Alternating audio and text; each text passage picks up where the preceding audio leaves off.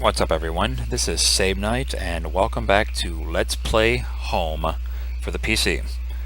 Second run. Again, stated previously in my other videos, I'm doing multiple runs of this game because there are multiple endings. I'm actually going to show what all the different endings are. Well, the four that I've found that there are, four main endings, based on what you do, what you interact with, what you pick up, etc., etc. Doing things in one game that I didn't do in others, and vice versa. I actually took a separate path in the factory this time. I didn't pick up quite as many things. I examined other things I didn't do in the first one. He now walks with a more pronounced limp, as you can clearly see. Last episode I left, the factory. I'm heading off to Norman's store. Because he's a store for some reason. Garbage bin was a disgusting mess of rotten food and slick black bags. I saw a thin greenish corner poking out of one of the bags. It was my driver's license. It looked damaged. Did I take it back? Yeah, why not? Cleaned the card off as best I could. It looked pretty beat up. I was amazed that I found my credit card, and now this. I tucked the card into my wallet next to my credit card. Sounded like it was going to start raining again.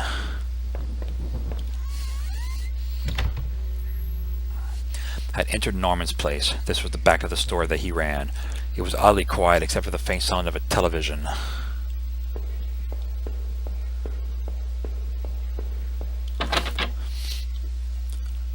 The entrance to the front of the store was locked from the inside. Looked like it could just pop open. I couldn't just pop it open, I'm sorry. It needed a key. There was a bit of blood on the keyhole. Ew. No one likes getting blood on their hole.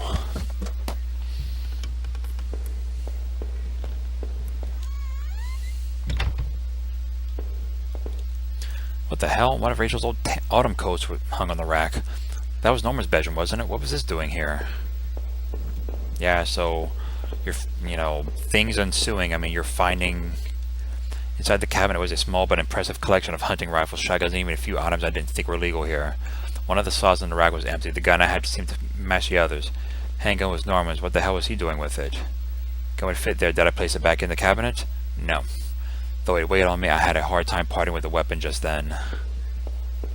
You're finding all of Rachel's... Well, first you found like a box of your stuff in that old guy's house, then now you're finding Rachel's stuff at this guy's house. Like, what the fuck's going on here? And blood all over the door, because that's fucking creepy. Looked like a pull chain hanging from the ceiling. I wonder where it went to. The attic? Chain, a single tug and a single folding ladder to the attic pop down.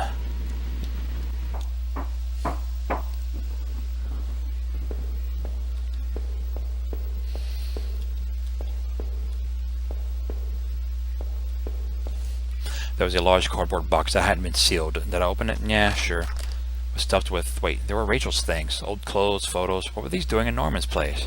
Where was Norman? I had to find him. Yeah, so... You're finding all your wife's stuff at this guy's house, so... WTF. And... OMG and... AOL and stuff like that, I guess. The TV still flickered some indecipherable channel. And, oof, okay. I can believe what I was seeing. Norman, my co-worker, one of my few friends I had in this town, had laid dead beside his armchair. His face and shirt were covered in blood. It looked like he had been shot trying to get up. His eyes were still wide with shock. Norman, you bastard, what were you doing here with Rachel? Did she do this to you? Did you hurt her? Norman, maybe you deserve better. Maybe not. Did I close his eyes? No. I was too angry, too upset to even think of giving him the decency. I left him right there where he lay and didn't touch him. Okay, that's... wow. That's awesome.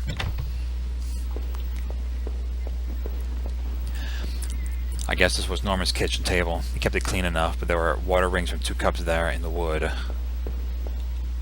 Kitchen trash bin smelled fresh. I didn't dig through that mess, did I? I think you need to, actually. I found a hairpin amongst the rotting food and trash. And pocketed it. Pocketed it. I took it. I fucking took it. Because you actually have to. Walk around the dead body. Through to here.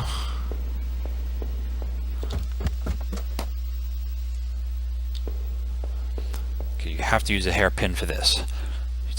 I used the hairpin to pick the lock. The hairpin snapped in half, so I threw it away. The general store was small, but it was clean. It had the usual things: postcards, snacks, magazines, and canned goods.